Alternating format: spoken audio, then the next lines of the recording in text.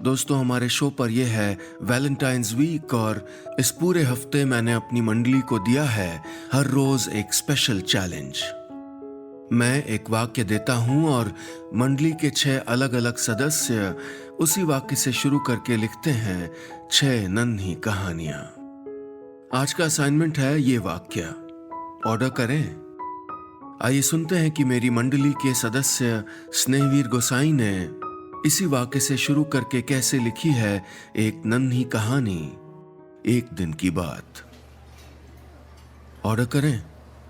नीरा restaurant की table पर छाई असहज चुप्पी को तोड़ते हुए बोली। सुधांशु ने कहा, हाँ, क्या पसंद करती हो तुम? नीरा मुस्कुराई। चाइनीज। खाने के मामले में मेरी पसंद अब भी नहीं बदली। नीरा के तंज को अवॉइड करते हुए सुधांशु ने वेटर को ऑर्डर लिखवा दिया। अगर आज तुम कॉन्फ्रेंस में नहीं मिलते तो मुझे पता ही नहीं चलता कि तुम दिल्ली में हो। नीरा ने बातचीत को एक नया मोड़ देने के लिए कहा। सुधांशु ने गले में पड़ी टाई को ढीला किया, जैसे खुद को किसी जवाब के लिए तैयार कर रहा हो। शादी के बाद ऑफिस और घर के अलावा कोई सर्कल रह ही नहीं जाता। इससे पहले कि नीरा कुछ और पूछती, टेबल पे रखा सुधांशु का फोन बजने लगा। हेलो? हाँ, मैं मीटिंग में ही हूँ। मेरे लिए खाना मत बनाना, लेट हो जाएगा, उसने हड़बड़ाते हुए कहा। नीरा चुपचाप उसकी बात सुन रही थी। तुमने अपनी पत्नी को नहीं बताया कि तुम मुझसे मिलने आ रहे हो? उसने नजरें चुराते हुए कहा। अरे यार, फिर वो पूछने लगती। तुमने बताया? उसने बात पूरी करने के पहले ही पलट दिया। वो मुस्कुराने लगी। हाँ, मैंने तुम्हारे बारे में अर्जुन को सारी बातें बताई हैं।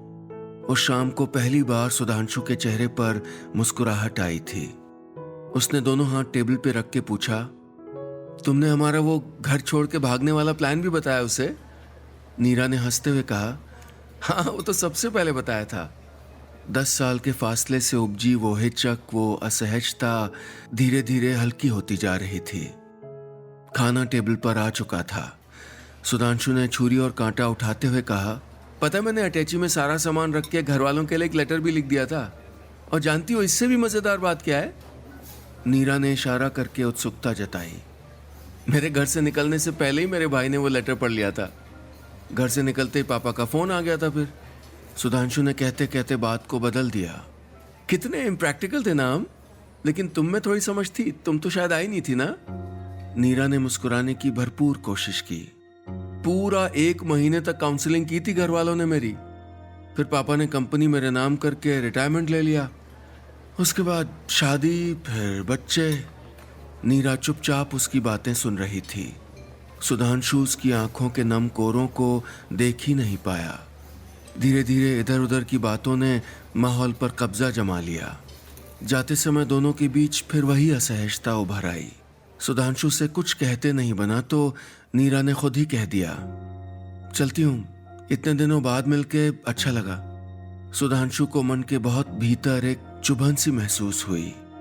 एक तड़प जो वो हल्की फुल्की बातों में छुपा रहा था, वो चेहरे पर उभर आई। उसने जज्बात पर काबू करते हुए कहा, बहुत अच्छा लगा तुम आई। नीरा की आंखों में नमी छलकने लगी थी। वो अपना बैग उठाते हुए बोली, मैं उस दिन भी आई थी।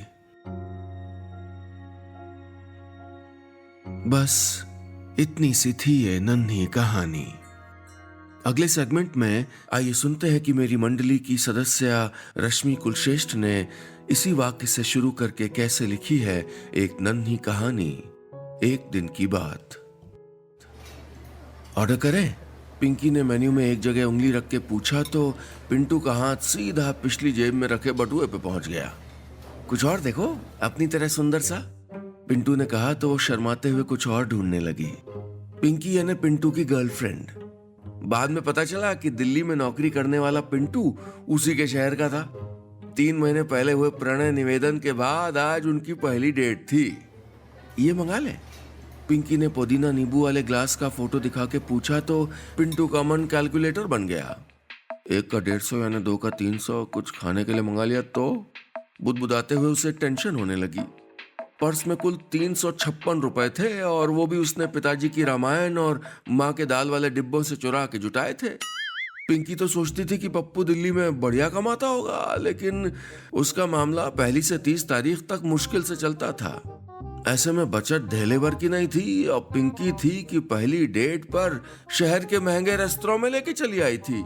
नाम क्या है ड्रिंक का? पिंटू ने पूछा तो वो बोली डेविल स्मूच। छी छी छी, जिसका नाम इतना अश्लील हो वो खुद कैसा होगा भाई? ला मैं देखता हूँ।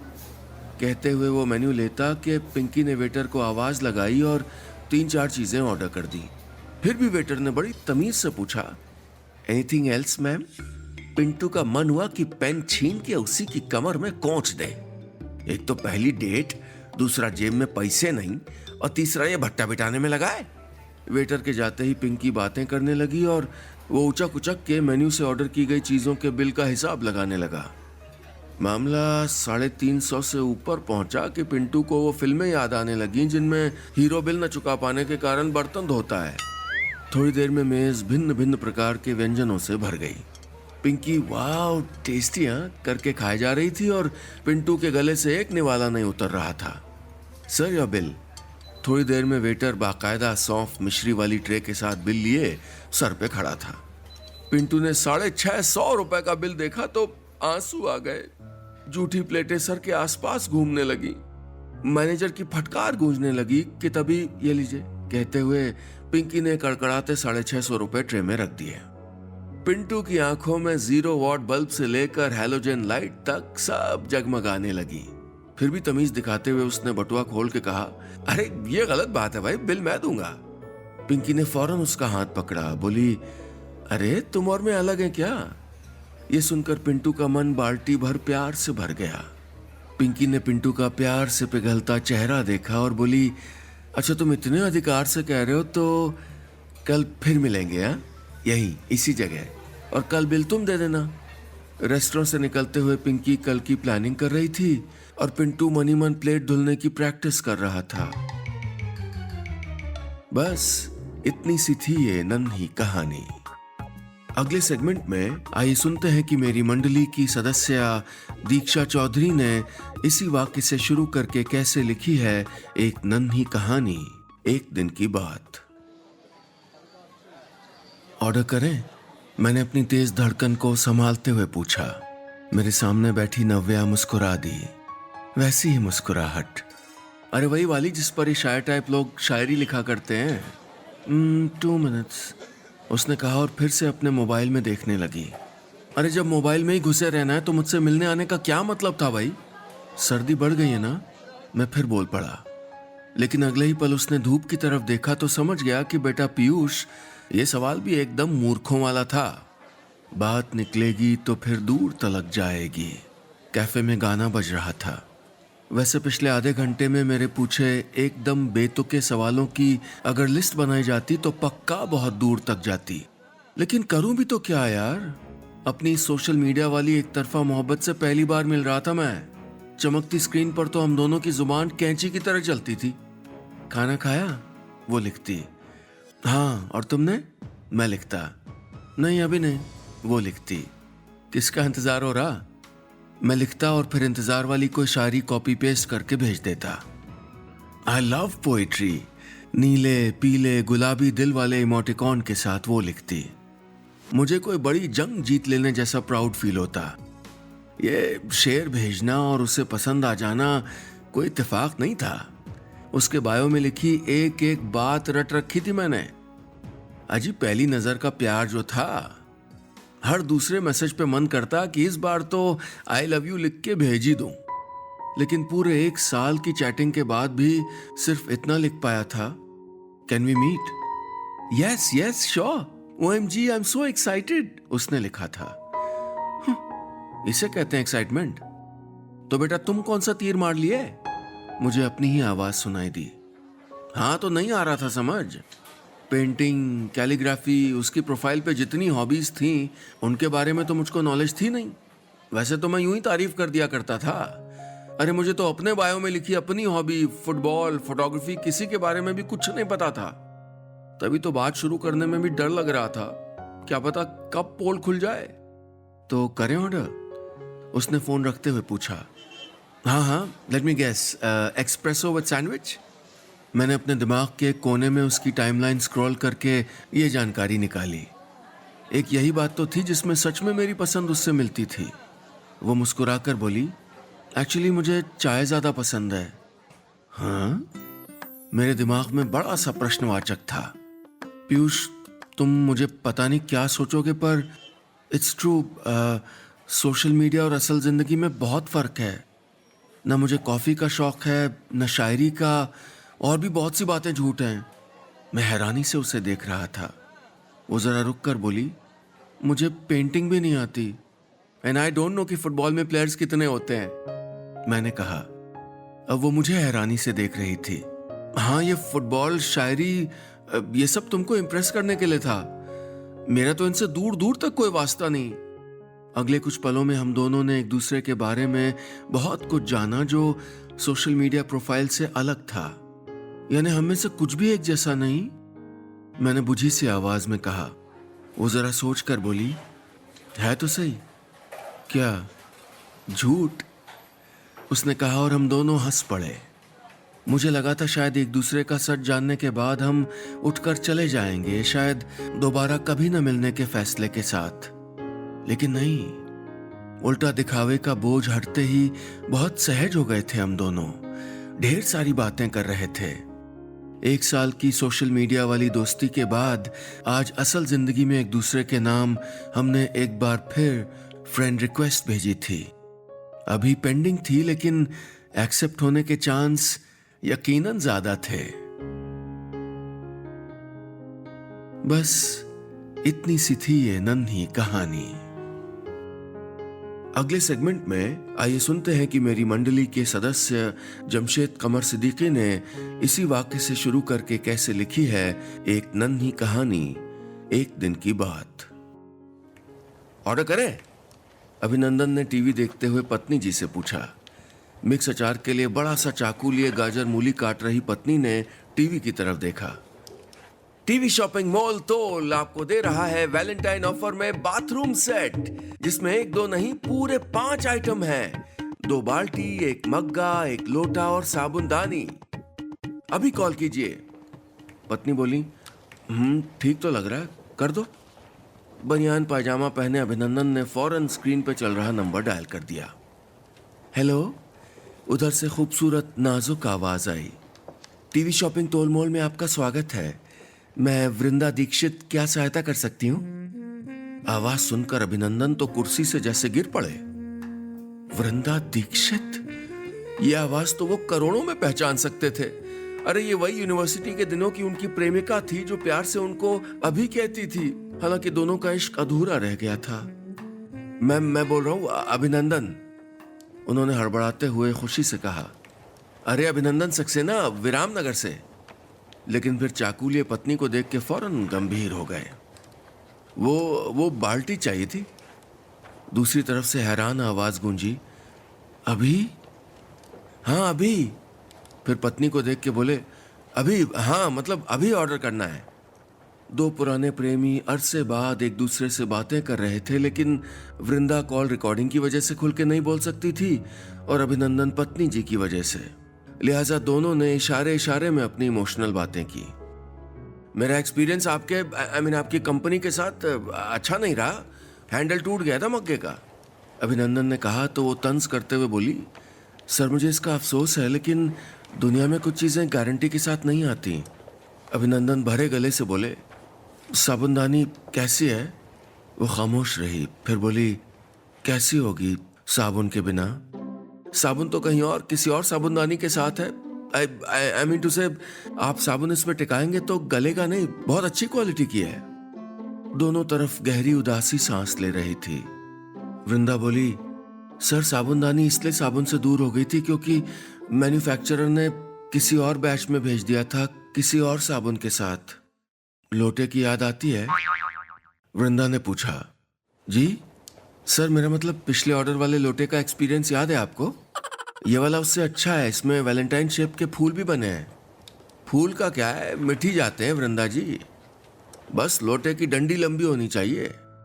लंबी है सर, लेकिन गलती हमेशा फूलों की नहीं होती, अक्सर हैंडल पकड़ने वाले हाथ की भी होती है। मिलेंगे कब? अभिनंदन ने पूछा तो वो भरे गले से बोली, बहुत जल्द। अगर आप चाहें तो मेरा मतलब एक्सप्रेस डिलीवरी के जरिए आपको कल ही बाल्टी मग्गे मिल सकते हैं। आप बस अपना अपना मोबाइल नंबर बता दीजिए। हाँ हाँ जरूर, लिखिए 9834। कहते कहते अभिनंदन की आवाज भारी हुई जा रही थी। एक पल को लगा सब मिल गया। तभी नजर पत्नी जी की तरफ गई तो मन से छन की आवाज आई, जैसे कई सपने एक साथ टूट गए हों। कांप गए बेचारे। पत्नी तिरछी भवें किए उनको सुन रही थी और चाकू की नोक ठीक उनकी तरफ किए थी। नंबर आगे बताइए सर। अभिनंदन ने पत्नी जी को देखा और कहा, अब सुनिए, वो मेरे ख्याल से एक्सप्रेस डिलीवरी रहन देते हैं, नॉर्मली करवा दीजिए और मोबाइल नंबर मेरी पत्नी का ले लीजिए। कह के उन्होंने मोबाइल पत्नी की तरफ बढ़ाया और सुस्त कदमों से दूसरे कमरे में चले गए। बस इतनी सी थी ये नन्ही कहानी। अगले सेगमेंट में आइए सुनते हैं कि मेरी मंडली की सदस्य अनुलता राज नायर ने इसी वाक्य से शुरू करके कैसे लिखी है एक नन्ही कहानी, एक दिन की बात। ऑर्डर करें? अदालत की कैंटीन की बेंच पर बैठी अनमनी सी गुनगुनाती हुई नव्या से मैंने पूछा। भूख नहीं है, उसने बुझी सी आवाज में कहा तो मुझे लगा उसको भींच लूं सीने से, उसके मन की सारी तकलीफें अपने सीने में सोख लूं। कितनी परेशान लग रही है।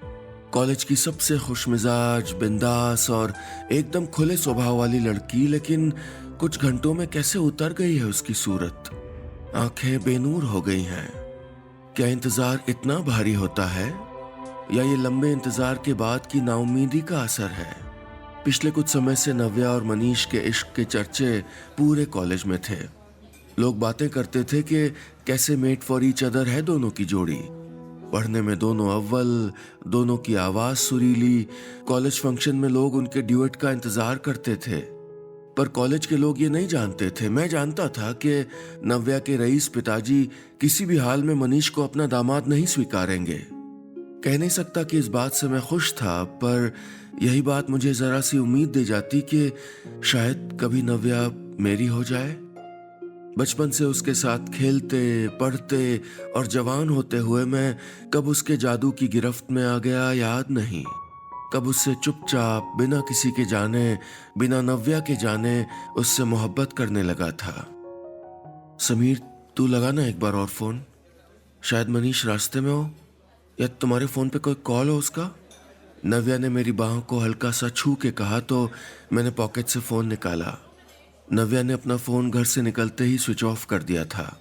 आज नव्या और मनीष रजिस्टर्ड मैरिज कर रहे थे। नव्या तो मुझे लेकर वक्त से पहले पहुंच गई थी, पर मनीष, जिसे मैंने कब कहां आना है ये बताया था, वो अब तक नहीं पहुंचा था। मैंने मोबाइल स्क्रीन पर नजर डाली तो मनीष के और नव्या के पापा के कई मिस्ड कॉल्स थे। दोनों के मैसेजेस भी। दोनों ही उसका आता पता पूछ रहे थे। मनीष परेशान और नव्या के पापा नाराज। पिछले दिनों जब नव्या के पापा ने उसका रिश्ता अपने बिजनेस पार्टनर के बेटे से करना तय किया तो नव्या ने उनको मनीष के बारे में बताया था, लेकिन उसके पापा किसी भी हाल में नहीं माने। उनके लिए तो ये बेवकूफी थी, बचपना था, और वैसे भी अपनी बेटी के लिए हर फैसला खुद लेने की उनकी आदत थी। आज अगर वो यहाँ आ गए तो मैं जानता हूं कि ये शादी कभी नहीं हो पाएगी, किसी सूरत नहीं। उफ, ये क्या सोचने लगा मैं। हाँ, मैं नव्या को चाहता था, लेकिन क्या करूं, बता दूं उसके पापा को। मन एक अजीब कश्मकश में था, एक फैसला लेने की जिद में, एक फैसला मेरे अपने हक में। मैं फोन लेकर अलग चला गया। एक पेड़ की छांव पर रुका तो थोड़ी दूर बैठी नव्या से मेरी नजर मिली। उसने हथेली से अपनी आंखों के कोर पोंछ दिए और मुस्कुरा दी। फीकी सी एक हंसी। मेरे भीतर कुछ दरक गया। इस प्यारे चेहरे पर मुझे हंसी देखने की आदत थी। उसकी आंखों की चमक के लिए मैं कुछ भी कर सकता था, और उस भरोसे का क्या जो वो मुझ पर कर रही थी। प्यार था मुझे नव्या से, और प्यार में तो हथेलियां खुली होती हैं अपना सब कुछ दे देने को।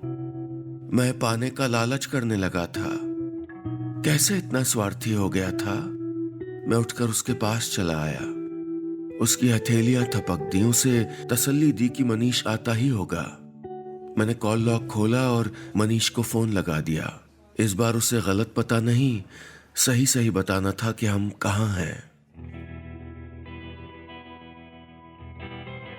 बस इतनी सी थी ये नन्ही कहानी। अगले सेगमेंट में आइए सुनते हैं कि मेरी मंडली की सदस्य छवि निगम ने इसी वाक्य से शुरू करके कैसे लिखी है एक नन्ही कहानी, एक दिन की बात। ऑर्डर करें पिंकी? आज हार्ट वाला छुटका केक मंगाए क्या? बोलो ना। मना नहीं करो ना पिंकी। तनिक देखो ना उस खड़खड़ाते पेडेस्टल पंखे के पीछे, उस मटमैली दीवार पे जहाँ बिल्लियों की फोटो काट के चिपकी है ना, उसके नीचे लिखा भी है, 2 प्रेमी खाएं एक दिल वाला स्पेशल वैलेंटाइन केक। और उसके नीचे कैंटीन स्पेशल केवल 12 रुपए भी तो लिखा है। कंजूस कहीं के। ये बात है तो फिर बर्गर मंगाए ना हरिप्रकाश जी, ना, हम ना खाएंगे कुछ भी। हरिप्रकाश? अरे पिंकी रानी, हम तो हैरी हैं ना तुम्हारे, क्या हो गया? कुछ नहीं, कुछ भी तो नहीं। और हमारे कान के ऊपर ये धौंकनी जैसी अपनी सांसें ना छोड़िए, कह देते हैं। दिल वैसे ही सुलग रहा है हमारा। सरकिए उधर। ठीक है, हम सामने बैठ जाते हैं। अच्छा ये बताओ, तुम्हारा पिंक पिंक चेहरा काहे मुरझाया है? हमारे भीतर दुकुर दुकुर हो रही सच्ची में। क्या चॉकलेट पसंद नहीं आई जो हम कल क्लास में बेंच के नीचे से तुमको पकड़ाए थे? अच्छा जी, तो वो चॉकलेट याद है आपको? तब तो सुषमा कुमारी भी याद होगी जिससे नैन मटक्का चलता रहा था आपका। कौन सुषमा कुमारी? अरे तुम्हारे अलावा हम किसी को चिन्हते ही नहीं है, कसम से। ये अपनी कसम पे तो उड़ेलिए चटनी और समोसा संग गपक जाइए। और अगर फिर से आपकी टांग फड़फड़ाती हुई हमसे छुलाई तो अपने सैंडल की नुकीली हील भक्क से घोंप देंगे, कह देते हैं। ओहो, अब तुम चंद्रमुखी से ज्वालामुखी न बन जाना भाई, लोग खिसक जाते हैं। इतना रूठी काहे हो? वैसे सच्ची कहें पिंकी, गुस्से में तुम और खूबसूरत लग रही हो, बिल्कुल कैटरीना। एक सेल्फी ले क्या अपनी केक खाते हुए? हैं, एक तरफ से तुम चुबलाना, दूसरी तरफ से हम, हैं? हाँ, चुबलाइए। हम तो कहते हैं कि गेंडा के जैसे पूरा सपाचटी कर जाइए। हमारे लव को तो निगल ही चुके, एनाकोंडा कहीं के। अब जाके मनाइए अपना वैलेंटाइन डे उस सुषमा कुमारी के साथ। अरे तुम सुबह कह रही हो पिंकी? बाकी के स्टूडेंट्स इसी तरफ देख रहे हैं भाई। अरे पिंकी और हैरी का रोमांस तो इस कॉलेज में ही नहीं, हमारे पूरे कस्बे में वर्ल्ड फेमस है। हमारे बीच भला उसका क्या काम? काम की क्या कह रहे हो हरिप्रकाश बाबू? सुषमा कुमारी तो विराजी हुई है हमारे बीच। आपकी आशिकी का केंद्र, त्रिज्या, त्रिकोण, चौकोर सब वही तो है। तभी तो कल मैथ्स वाली क्लास बंक करके उसको गुलाब पकड़ा रहे थे ना, कूलर के पीछे। और अपनी उंगलियां जरा कंट्रोल में रखिए अच्छा, जरा और हमारी तरफ ठकठकाएं कि झन्न से उठाएंगे कोने में रखी झाड़ू और दंड से बुहार डालेंगे तुम्हें, कह देते हैं। क्या यार, तुम पिछले जन्म में बरैया थी क्या जो कह देते का डंक मारे जा रही हो? हमारे इश्क का फुग्गा फुस हो गया कसम से। और जान लो, सुषमा कुमारी को हम बॉटनी का प्रैक्टिकल समझा रहे थे।